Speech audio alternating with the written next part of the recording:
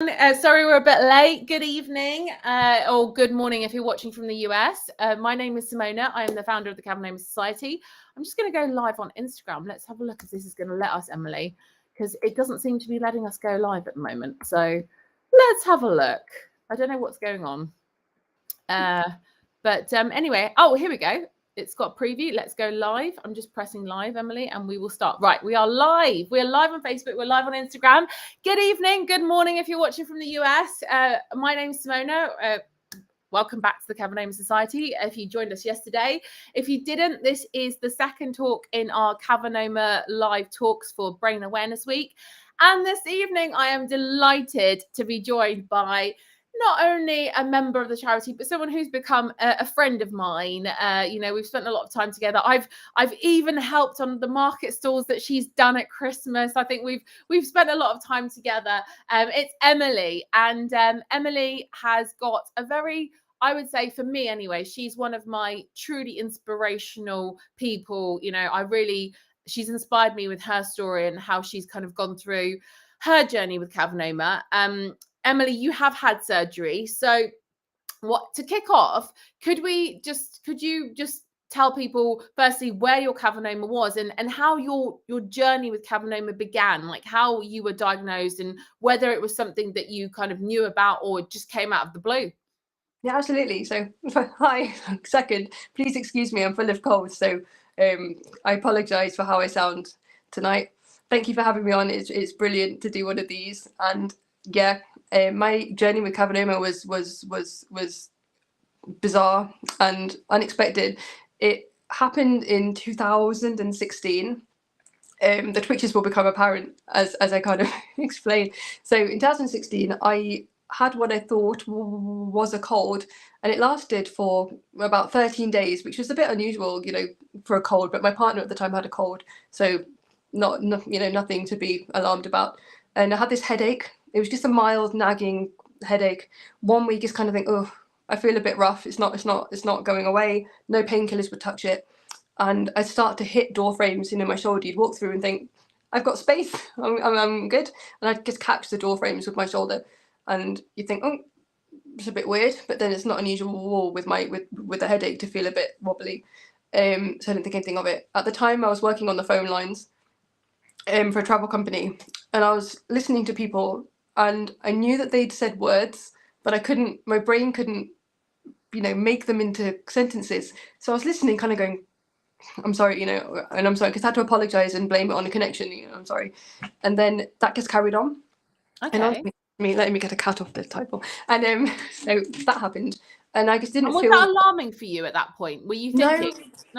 No, because I just had a headache, and I thought, oh, you know, when you just have this headache that's filling, you know, and you just think, oh, I just feel off, I can't do this, got this headache. So I went home and just sat down, felt a bit rough. Talking was getting tiring. It was just, I couldn't get my words out. But again, headache. I'm feeling rough. But then I started to stutter a little bit. But then I thought again, it's the headache. So I thought, right, okay, I should probably just go to the GP. But didn't go before because I thought, well, what exactly am I going for? You know, I'm not going to the GP to say, oh, I've got a mild nagging headache. They'd be like, what are you doing? Get out, you know, go home and take some ibuprofen and you know, leave. Because they normally ask, you know, like, well, has it come on suddenly? You know, is it crippling? Have you got nausea? No, I haven't got any of that. I just feel rough. But when my speech started to get a bit off, I thought, okay, yeah, let's go. So I walked down to the GPs and went, and she gave me actually a timestamped letter and said, you need to get to A&E now. Wow. Yeah. So she was concerned by the symptoms. Yeah, but I wasn't. And I thought, no, I'm not. I don't want to go to A&E. You know, I don't feel like I belong, you know, in A&E. I don't want to. I'm tired. I feel rough. I don't want to go to A&E. I don't want to waste their time. I think it's a common thing for, you know, people. So I didn't. I walked home and I sat down and watched TV for 3 hours. Oh my goodness. And this letter had like a time on it. You need to go to A&E now. Skip the queue. And I went home and didn't, which I've never advised to do anyone else to do. But then my speech started to get worse, and I couldn't string a sentence out, and it was constantly. I couldn't get any words out. So I got a taxi down to A&E, and then was triaged and put on the AAU ward straight away. And that was it. And the next thing I knew, no visitors at that time, because it was about midnight. A doctor came in with a clipboard, backpack on, didn't even look at me, didn't look up from his clipboard, and just said, we've had the results of your scan, you've had a bleed in your brain, good night, and walked out and left me on my own in the ward. And that was it. So what I found out, I'd had a bleed on my brain, which then caused a stroke in my speech center, which would explain the stuttering. Can we, just to confirm, what part of the brain is that for? In my Broca's area. Your Broca's area, yeah. For people that are watching, yeah. Yeah. And so your speech had been affected, and at this point, was it getting worse, or had it kind of got to that point where it couldn't really get worse? It got worse. It got worse. I couldn't form sentences at all. I could say random words, but not others. Lemurs was a word I could say. I couldn't say any other words. Did you still have the really bad headache and all of the other symptoms, or had they kind of subsided? The headache was just nagging. It wasn't a particularly bad headache. It just wouldn't go away. Dull. Yeah. And that didn't, trigger anything, because, I think we've all kind of been drilled into the fast anagram, of the can't move your arms. Like. Nothing like that at all. Yeah, nothing. It's true. I can totally relate to that. And also I feel like, you're younger than I am even. And I remember when I got taken in by ambulance and they said, oh, you're kind of too young to have a stroke. So it's not even just the fact that it gets drilled into you. We kind of almost associate strokes with elderly people, don't we? Mm-hmm. Yeah, because I'd seen my grandpa had a stroke. So we kind of know what that looks like and know what to, look up on. It was nothing like that at all. And I think the way that the news as well was so casually delivered to me also didn't help in that realization of how actually life-altering it was, because I delivered the news to my family by text message in between kind of casual, oh hi, still in hospital, everything's fine, I've had a bleed on the brain, how are you, kind of message. And I think it was the way the news was. It was really blasé. But then obviously you hadn't even at that point, I guess, because it was midnight, you hadn't even been told what the prognosis for you was, because it was just that you've had a bleed on the brain. Well, it's like, what does that mean? Exactly. And it wasn't until later I found out that it was a cavernoma, and this was something I'd never heard of at all, and it wasn't really explained. So cue Google and things like that, and that's how I found you. So yeah, that's incredible. And so the doctors in your hospital weren't really that au fait with the cavernoma. They didn't really know what it was, or? No, not at all. I just got moved to the stroke ward, and I was thinking, okay, well, why am I on a stroke ward? And they said, oh, you've had a stroke. And it was that kind of news, and everything that I heard in that hospital was then like, oh, okay, and it was that which then didn't help me, I don't think, when I then went to do things after post cavernoma, post stroke, that I struggled with and things like that, because how it was delivered didn't line up with years of speech therapy, brain surgery, neuro rehab, things like that. Nothing in the way it was delivered lined up with the subsequent treatment. Like what happened. But is that, I guess, in a way, I mean, I'm assuming that was, I guess, detrimental, because I know what you're like as well, because obviously we're friends, and it kind of, did that then push you to kind of essentially try and recover quicker and be more normal, because to you it didn't seem that serious? It was just like, oh, this is cold. Exactly. Yeah, exactly. It was the case of, no, it's this. Yeah, you're on a stroke. Well, you've had this. Yeah, but that then didn't line up with all of that, and that's why I'm so grateful for all of your help and support to kind of guide the questions that I wasn't getting in there. And then, well, if you're telling me that it's just this, and that didn't line up with a 2-week hospital stay, it didn't line up with speech and language therapist, it didn't line up with a permanent stutter or needing a stick to walk, it didn't align. So it was, well, why aren't I able to not do this now if everything's so if it's actually just that simple. And obviously we will talk about later on, if you're comfortable, where you're at now with your recovery, in terms of, obviously I know you do have deficits and you do have that, the speech impairment and the stutter and stuff, but it's kind of almost, for me, it's become a part of you. That's all I know of you. You know, you kind of get used to it. And I almost I don't even think of it anymore with you, because, you know, but I guess to you, maybe that there is still an element of you try, and I think sometimes maybe you try and, you know, work on that. So it's not there. You're more conscious of it, I think, than most people are. Yeah, no, definitely. I mean, at the beginning, when I was on the ward, I said, you know, I've got the stutter. The doctor actually patted me in front of some medical students and said, anxiety. She's got anxiety.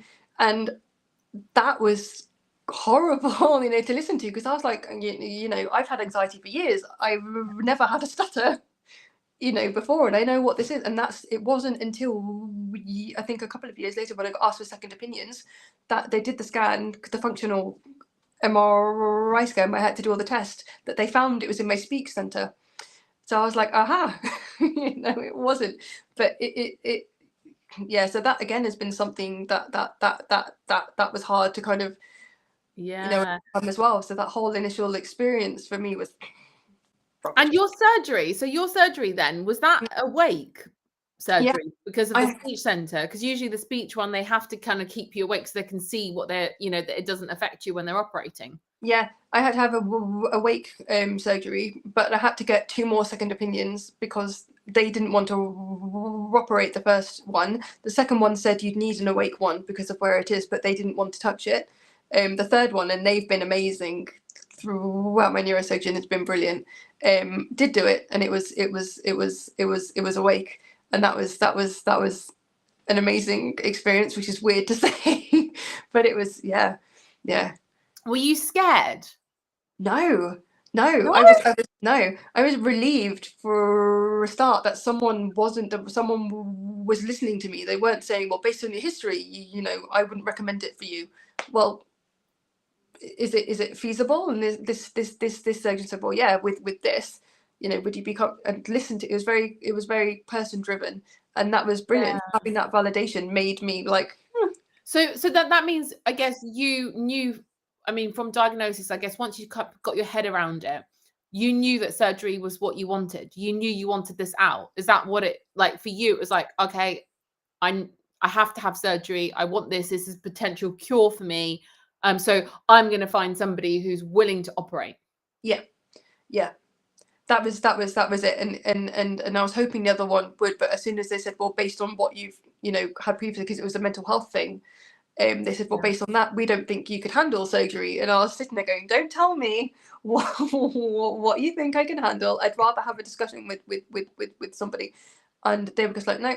So the next doctor said, well, let's test, you know, let's go through these things and look at your options. And that in itself felt brilliant, but I didn't want to have it if I could help it. And they looked at that, and that was an option I went for. It was discovered afterwards I have a secondary cyst that's still in there that they don't want to go back in and get. Okay. But yeah, it was. Is that related to the cavernome, or they don't know? They don't know. Okay. That's interesting. So for you, because I know I was, weirdly enough, well, I knew I wanted surgery as well. For me, it was a case of, because I was having seizures and my quality of life had completely deteriorated. And when you're in your 20s and you've gone from being, you know, active and going out happy with your friends, and then suddenly your life changes overnight, it can be so difficult to adapt to this and accept this new way of life. So I thought, if there's a chance that, you know, my seizures could go, whatever, I want surgery. And St. George's, who were the initial hospital where I saw a neurosurgeon, said, no, we can't touch it. You could be, you know, brain dead, you could die, etc. But as soon as I got booked in for surgery at the National, I suddenly got a letter from St. George's saying, oh, we've booked you in for surgery.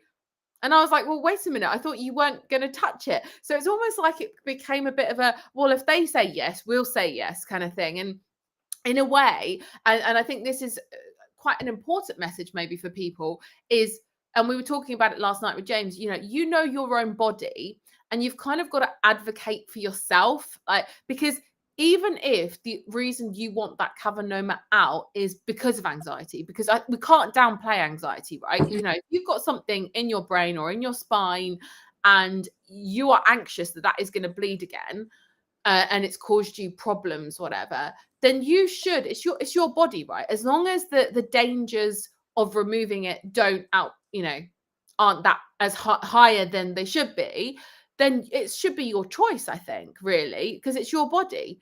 And obviously, you've got to listen to advice. If a surgeon says to you, you are going to be dead, or you're going to be paralyzed or whatever, then that is your decision. You choose, right? Unless obviously we've got members who undergo, unfortunately, emergency surgery because they've got no choice. But for you, so once you decided and you found a surgeon to operate, what was then the process for you? Did you have to mentally prepare yourself for the surgery? How did your family cope with it? And, what were you thinking? Were you planning? Because I was saying to James last night, I had to give power of attorney to my mother because I was thinking, well, what happens if I do die? What happens if, whatever?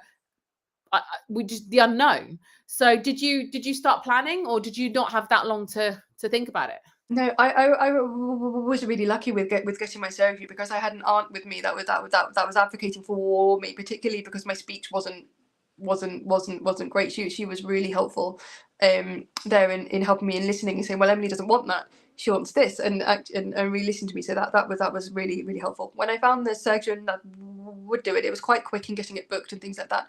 And again, I think it's because of the way the news was delivered to me. I was kind of like, oh yay, surgery, and my family were like, this is brain surgery, right? And I was like, yeah. And they were like, and you're going to be awake, and I was like, yeah. And that kind of realization for me, I think, hit me harder later.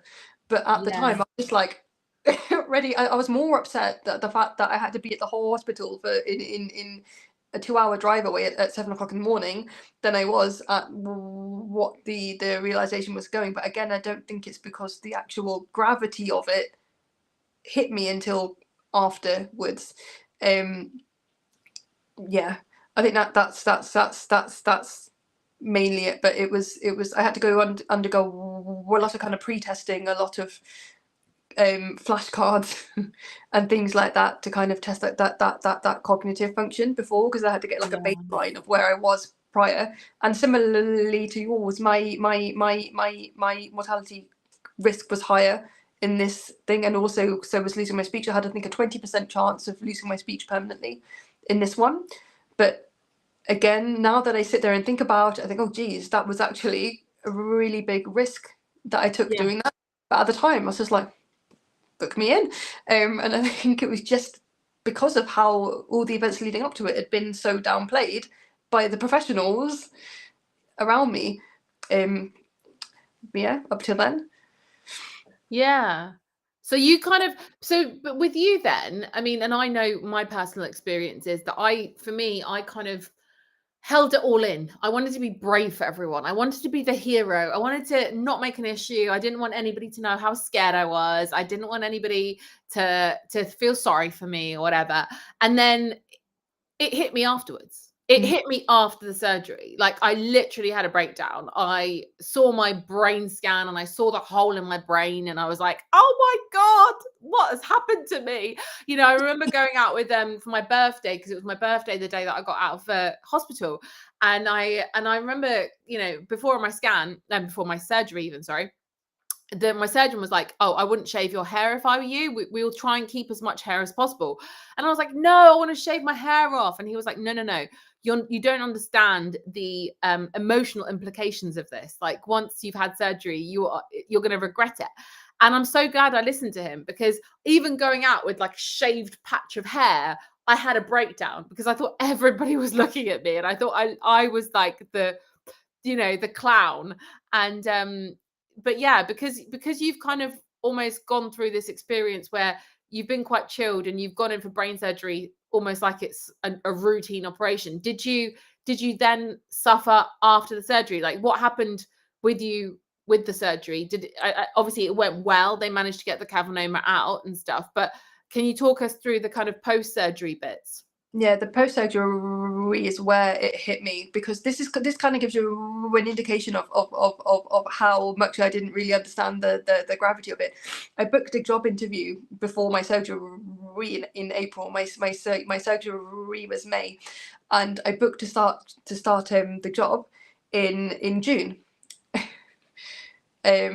Wow. I did. I started the job in You actually June. started it. I did.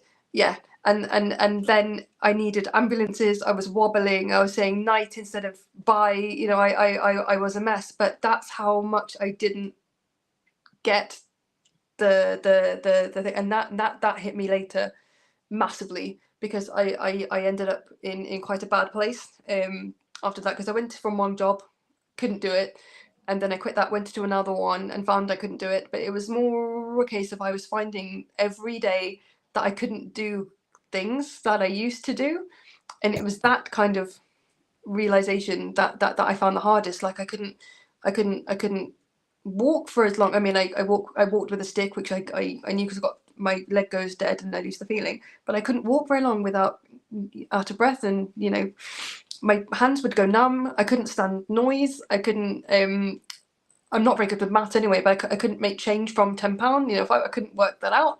And every time I'd go to do something else, I think, oh, I can't do that. I can't. What? So, but did it get, so would you say you were worse post surgery then? It was because I went off from work when I had the bleed. So you kind of pushed yourself too much.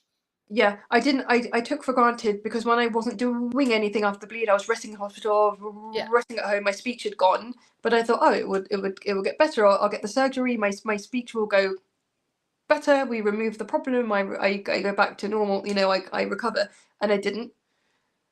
The deficit stayed. I mean, that's not something I was ready for. The fact that the bleed would cause permanent changes for me, and that's not something I was expecting. I was like, oh, I'll have this, I'll have that, you know, I'll go back. I've rested, and it didn't. It was grief, and I was going through grief every time. And the thing is, it was a cycle, because it was every time I'd go to do something I used to do. Like I went to do a puzzle, and I looked at the pieces and I couldn't work out how they'd fit, and I got really upset about it, because I just couldn't do it. It didn't make sense, and I was like, there's something else. And I don't know if I told you this story. Oh God, this is my staple understanding story. Not too long after surgery, I was with my dad in a shop, and I needed help with my money. I had some money out. I wanted 2 bags of Monster Munch, and I only like 2 flavors. I like pickled onion, and I like beef. I don't like the red ones. And I wanted 2 bags. I was adamant I wanted 2 bags, and he helped me with my coins. You know, you've got this money. There are 40p each, and he helped me with the money, put it in my hand, and I picked up my bags, and I went to the counter, and the woman just looked at me, and she went, 3 for £1. And I didn't know what to do, so I just stared at her, and I was like, and she went, 3 for £1. And I was like, oh God. And I didn't know what to do. And I guess looked at her. I was like, I couldn't speak, but I was thinking, I don't want 3. I only want 2. Why are you saying this to me? Or why can't I buy 2 bags? I have money. What's wrong? And so I looked at my dad for like reassurance, and he just went, 3 for £1. And I was like, I don't understand what's happening. And I started getting teary. Like I started to begin to cry. I was like, I don't understand what's happening here. I don't want 3 bags of crisps. I only want 2. And people are just saying things that I don't understand. I don't know what to do. And my dad looked at me confused, and he just took the money out of my hand, gave me £1, and said, go and get another bag of crisps. So I went and got one. And in the car, I was like, teary. And he said he had to explain that I could have bought 2, but it was just a good deal. And it's things like that. And I think that's something that I didn't realize would happen to me, and it happens with other situations. But I think that's a problem with invisible illnesses in general, is that people, because we are well presenting, it's difficult. But there's a lot of things that I found now I don't understand, and that's my kind of pinnacle story of that. But that's something I found in everyday life, and that's. And how do you manage it now? Are you more able to say to somebody, I'm really sorry, I don't understand what you're saying. Could you explain that again? Or I'm really sorry, but Yeah. I'm just going to have to move on from this because I don't understand what you're saying. Yeah, I'm a lot more comfortable now saying, I'm so sorry, I've got a brain injury. I don't understand. Or I've got a headway card as well, that if it's noisy and things like that, I can show people and just Yeah. kind of look at them and go, no, because sometimes I can't get the words out. Or I say, I'm so sorry, I've had a stroke. My speech, is a bit slow.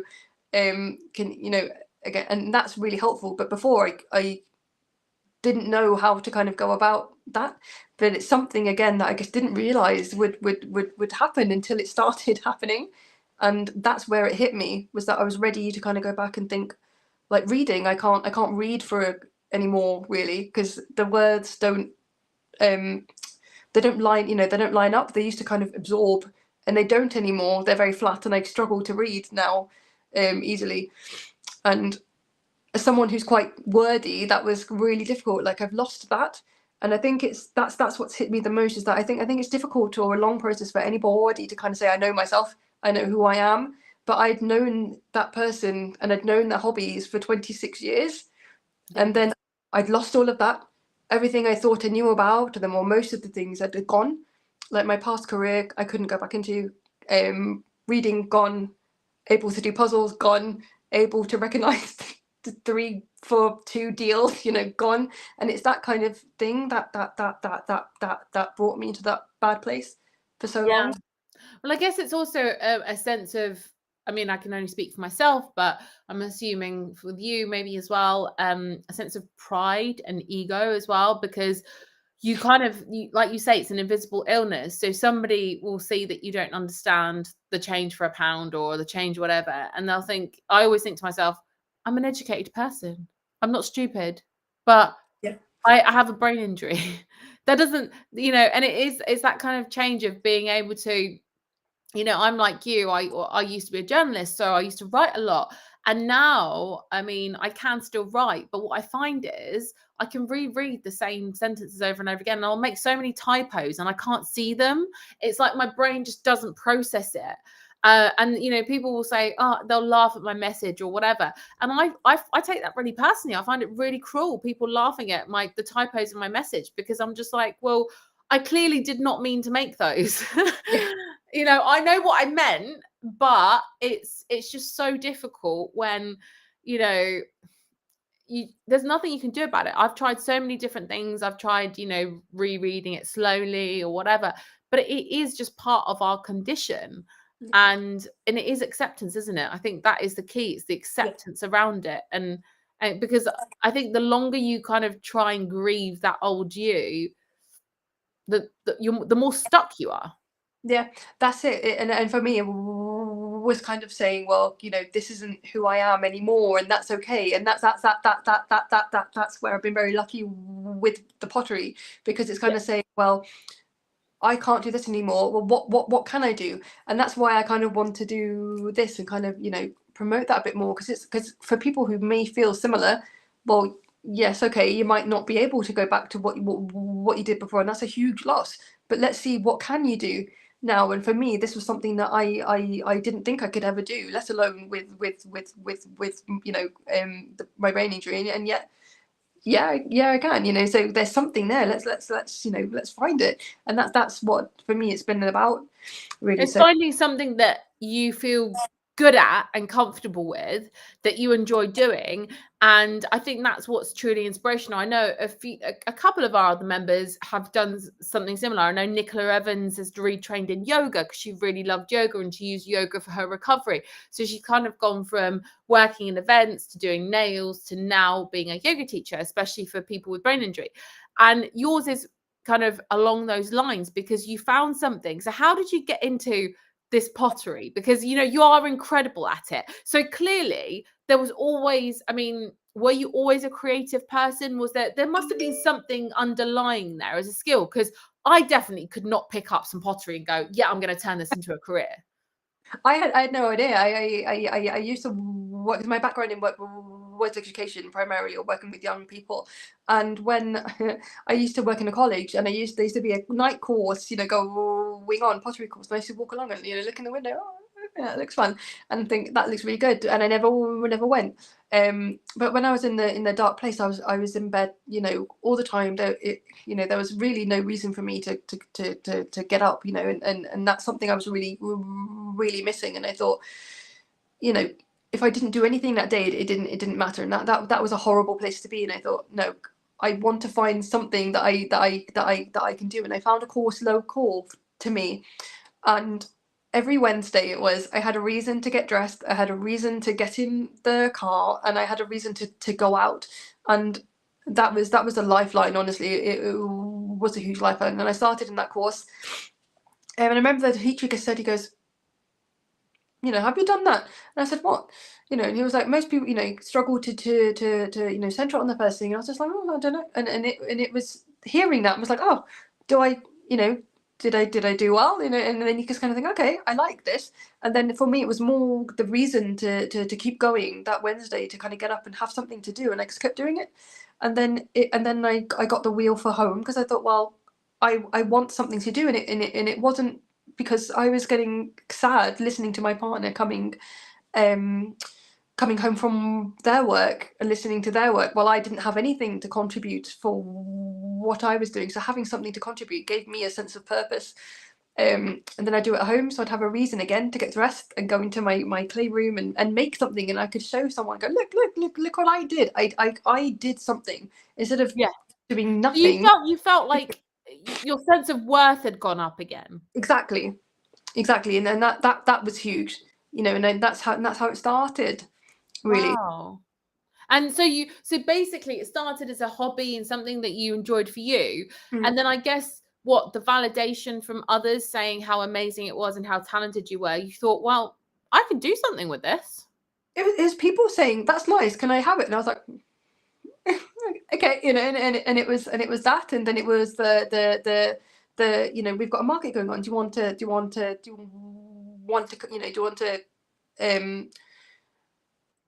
come along? And then I did, and then people were liking it, then it was reception, and I was like, okay. And it kind of grew from there, really. Yeah, that's amazing. I've got a couple of questions for you, and actually 2 people have asked the same thing, so maybe we can obviously cover it as one question, because we've asked it. I'm just trying to check the Instagram questions quickly for you as well. So somebody on Instagram has asked, and Claire's just come in on Facebook, would you have still had the surgery had you known the deficits you would be left with afterwards?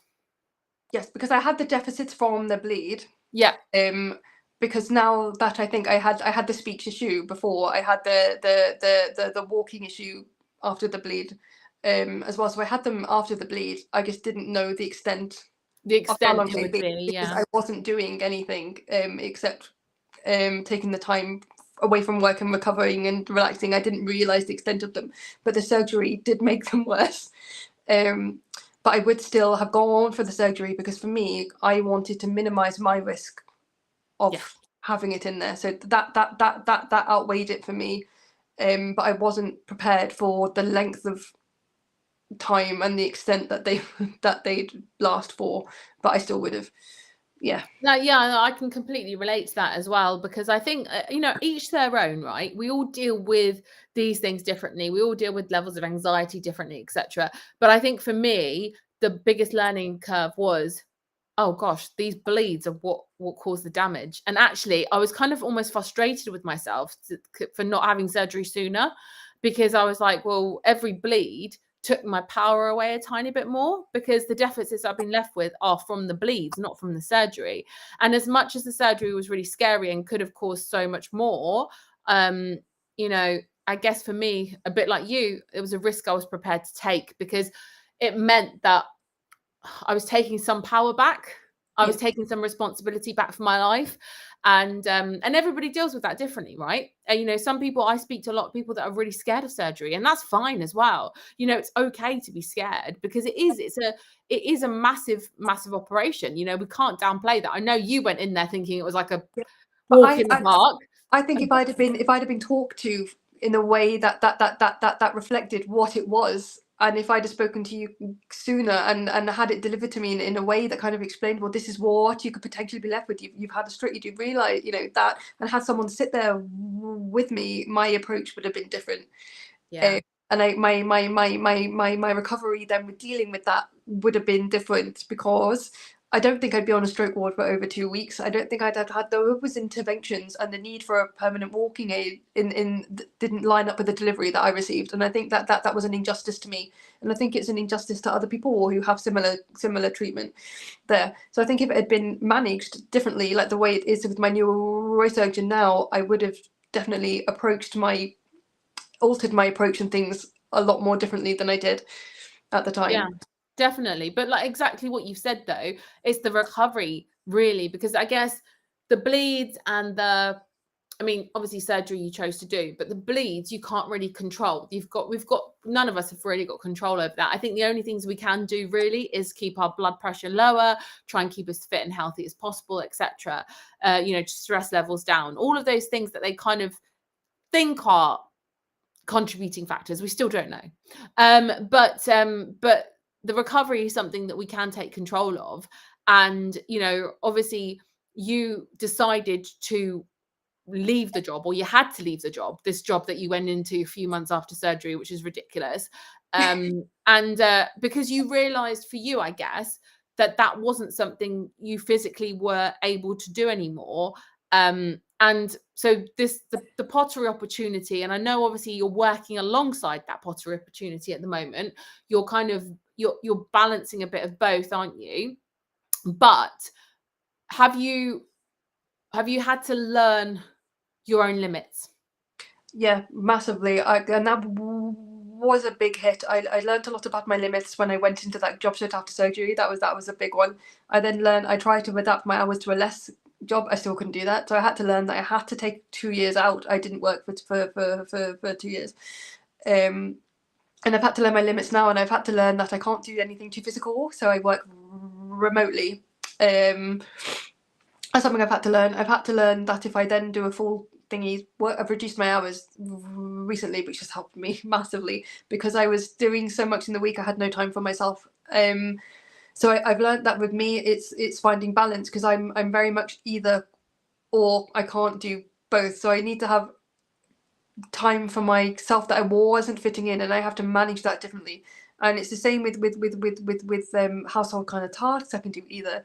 I can do all things like that. Going out, I need to have a rest day before and a rest day afterwards. I can't do it all. Otherwise, it shows in my speech. It shows in my physicality.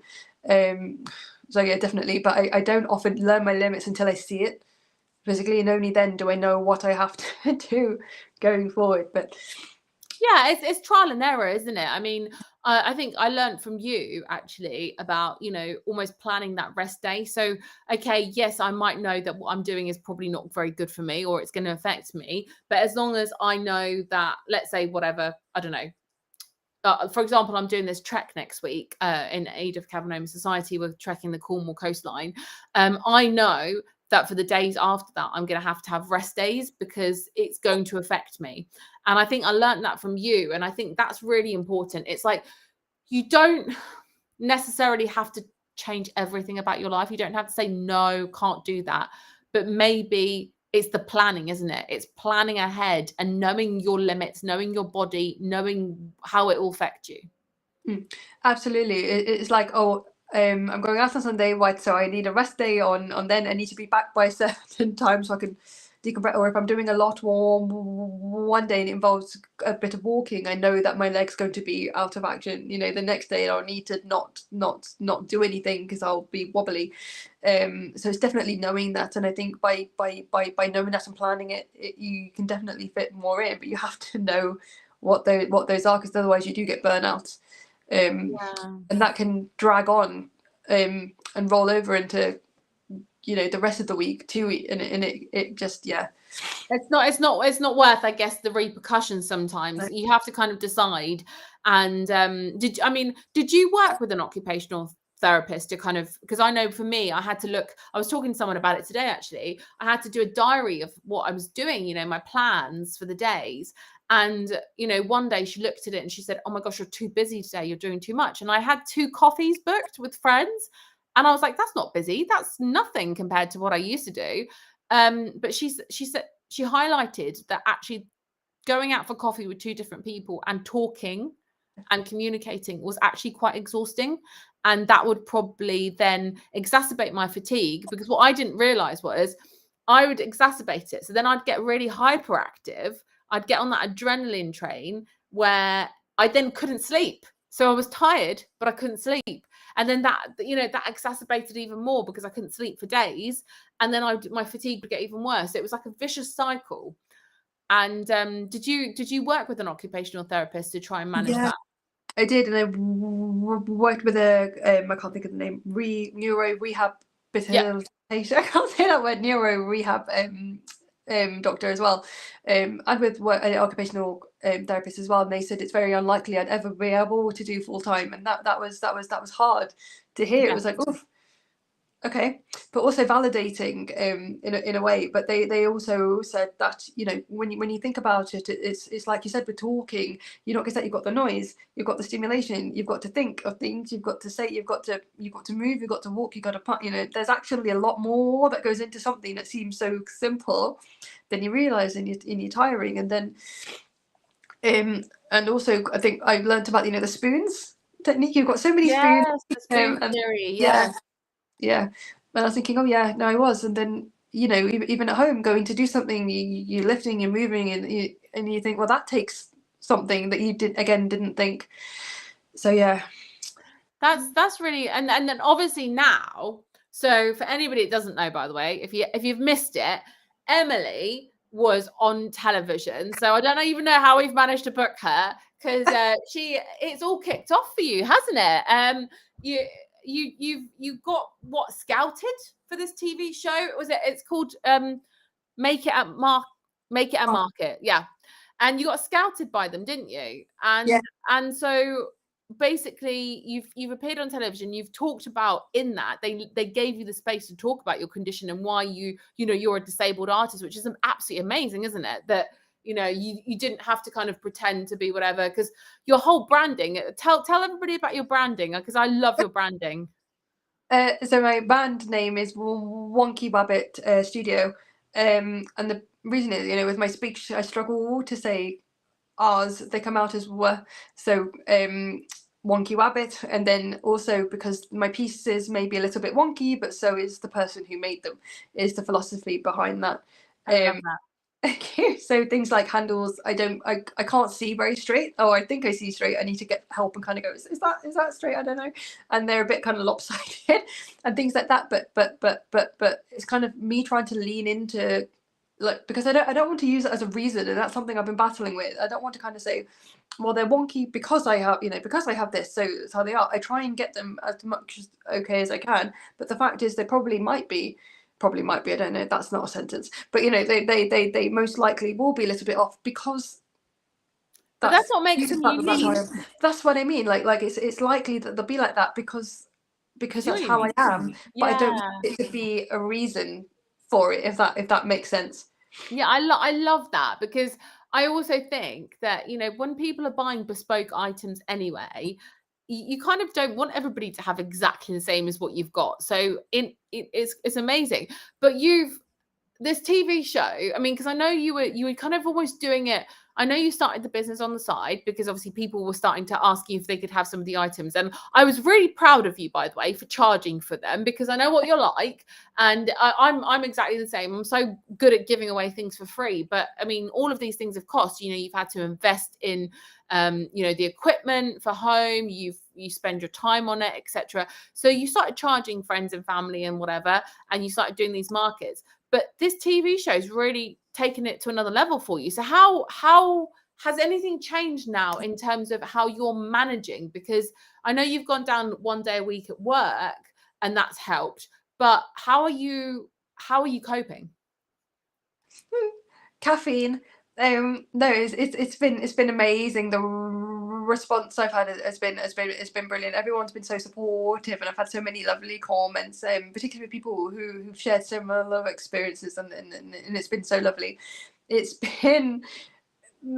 been a massive learning curve, but it's been brilliant, because I've had to kind of do it in the evenings and weekends, and I've also doing an apprenticeship, so it's been a lot. It's been a lot, and now that I've kind of stopped, I've had a lot of support from home, and from family and friends, and that's been really helpful to kind of keep me going with other bits that I've needed doing whilst I've focused on work and my pieces.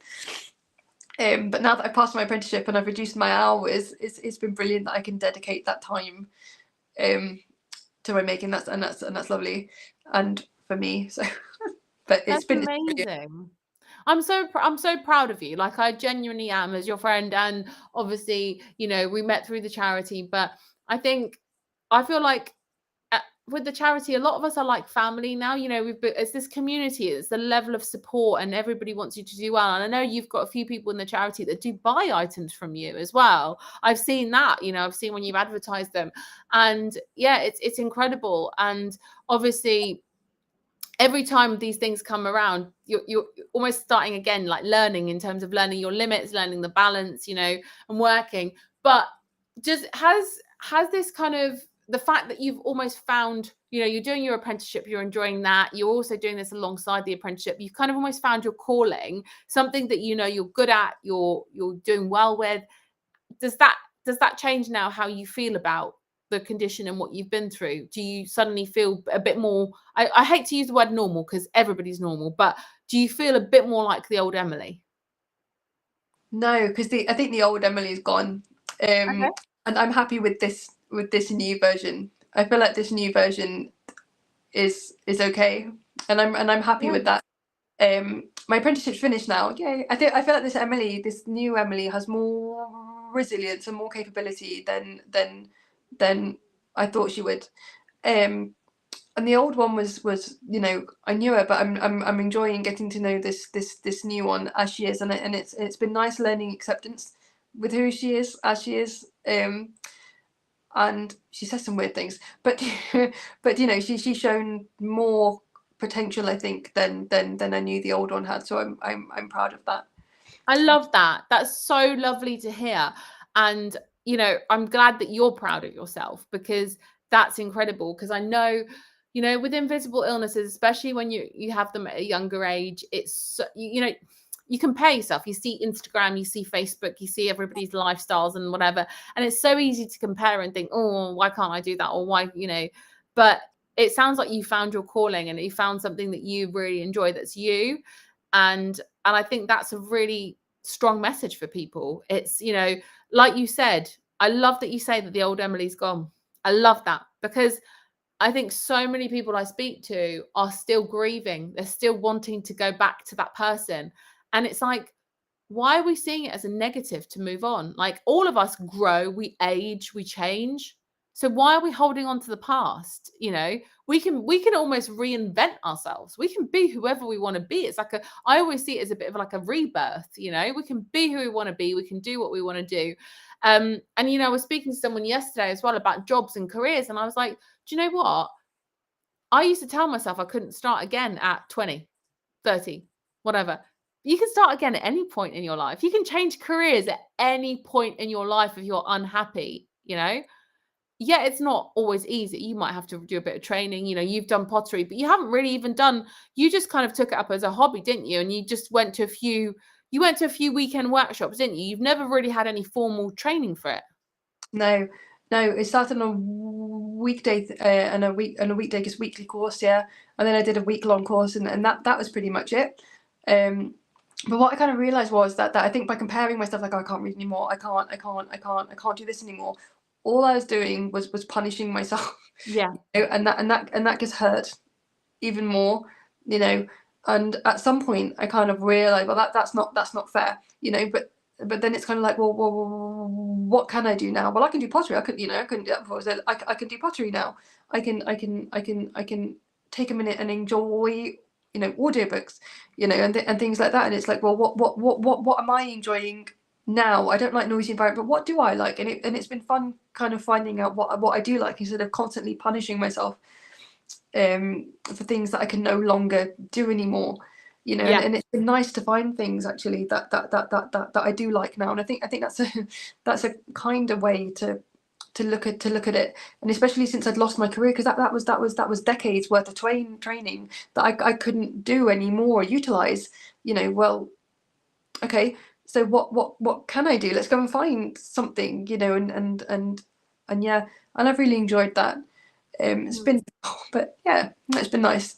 And how have your like family? I guess because I found that with my family, they almost suffer more than we do because they have to be there for us. They have to support us. They have to be brave for us.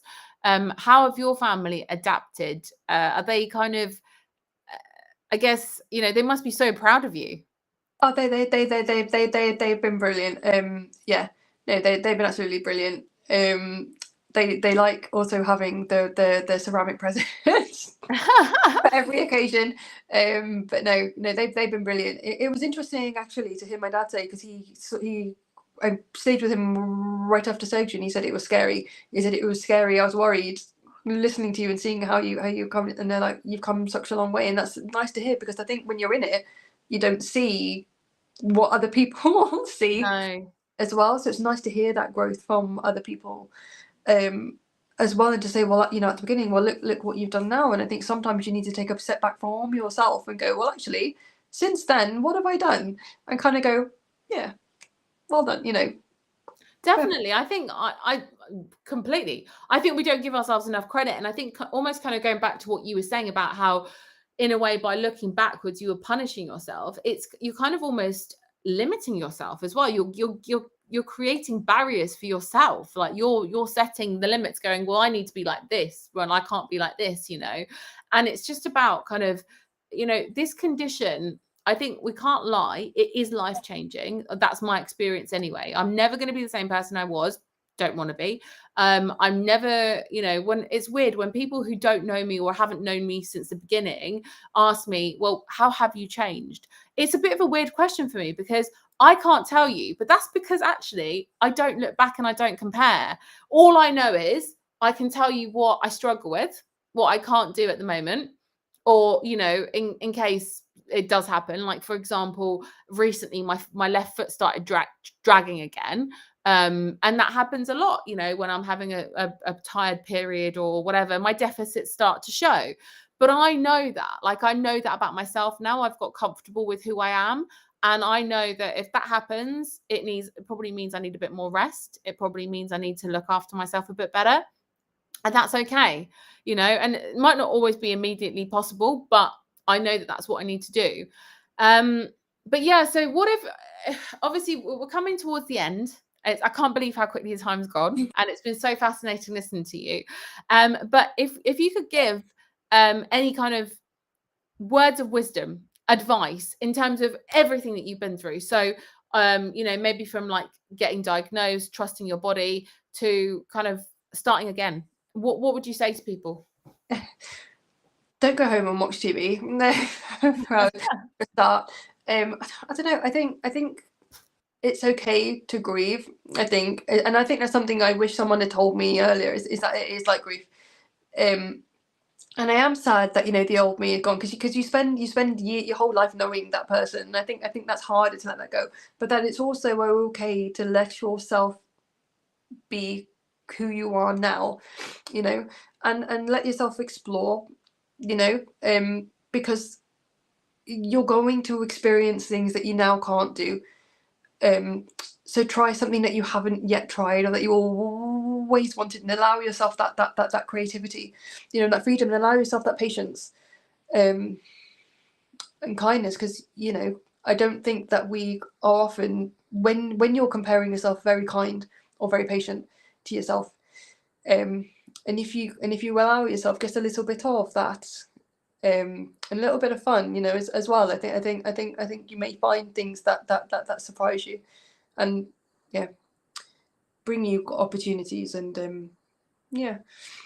And would you, if you had to make that decision, I know somebody asked that question earlier, just to repeat for anybody that's not, you know, tuned in a bit late. If you had to make a decision again, surgery, 100%. Yeah, for me, yeah. Mostly, even this is going to sound weird, but mostly because the experience was something I'll never have again, because I was awake for it. I got the testing, and I lost my speech completely, and all I could make was a noise. Wow. Yeah, and I had to do flashcards and identify objects and like shovels and things like that. It was bizarre. I did that as well. I found that so bizarre, because when they're doing the functional neurological test, you don't actually talk. You've just got to think of the word. I had to say mine when I was. Did you have to say yours? Oh my! They said to me, they said, "Oh, just think of the word," and I'm like, "How are you going to know that my brain's saying something?" Yeah, I had to talk to them, and they were waking me up, and it kept waking me up to look at pictures of like shovels, and it's like, I don't care. I'm trying to sleep, and they, and I got to see them suck the cavernoma out with like a mini brain hoover, and things like that, and yes, it's left me with deficits, but I think the bleed had left me with some, anyway. But the experience of going through that was just something that I find really interesting. But yeah, it's become part of who I am now. It's taken me a long time. I'm not quite there yet, but yeah, I'm okay. Oh, I think I love who you are, and I think, like I said, I don't notice it anymore about you, because it's just it's the person that I know. It's who you are, and it's quite endearing. I think, I think it is. That's the Emily I know. Like, if you changed tomorrow, I'd be like, my God, what's happened to Emily? I think you're sick, So, and I think this is it. It's kind of accepting these things about ourselves, and it's given you that, I guess, that inspiration for Wonky Rabbit, and I love that, you're creating these items, and people know that they're coming from a disabled artist. They know your story, and like you said from the show, people have got in touch. You've inspired other people, and I think so. It's not only you're creating a new career for yourself and you're, a new income stream, but you're also showing other people that it's possible. And I think that's incredible. Thank you. That's what I'd like to do. And if I do that for anybody, that would be great, because I genuinely was in a place where I thought I had nothing, because I couldn't think of anything that I could do. I thought I'd lost everything was about who I am. So even if I inspire somebody to just try something new for themselves, that believes that they're in a similar place to where I was, that would be incredible. Oh, I'm sure you've inspired so many people, and thank you so much. Thank you to everyone that's watched this evening. I know it's Friday evening. I wasn't drinking gin and tonic, by the way. I was drinking elderflower and soda. But I thought I'd stay hydrated tonight, because James was drinking last night. He was drinking some water, I think, during his, and I totally forgot that that's the one thing I forget. I still forget hydration, and it really affects my brain. I still forget to hydrate properly. But Emily, thank you so much for your time, especially with the cold. I know you messaged me this morning. You said, I've got a cold. And I said, oh, please don't worry about doing it. You're like, no, I'm not going to let anybody down. So I really appreciate it. And congratulations on completing your apprenticeship and, reducing your hours. And hopefully that balance will continue even more, as the business gets bigger as well. And it's incredible. We can put the links maybe in this of your episode, because I know is it still available on iPlayer, or have they taken it down?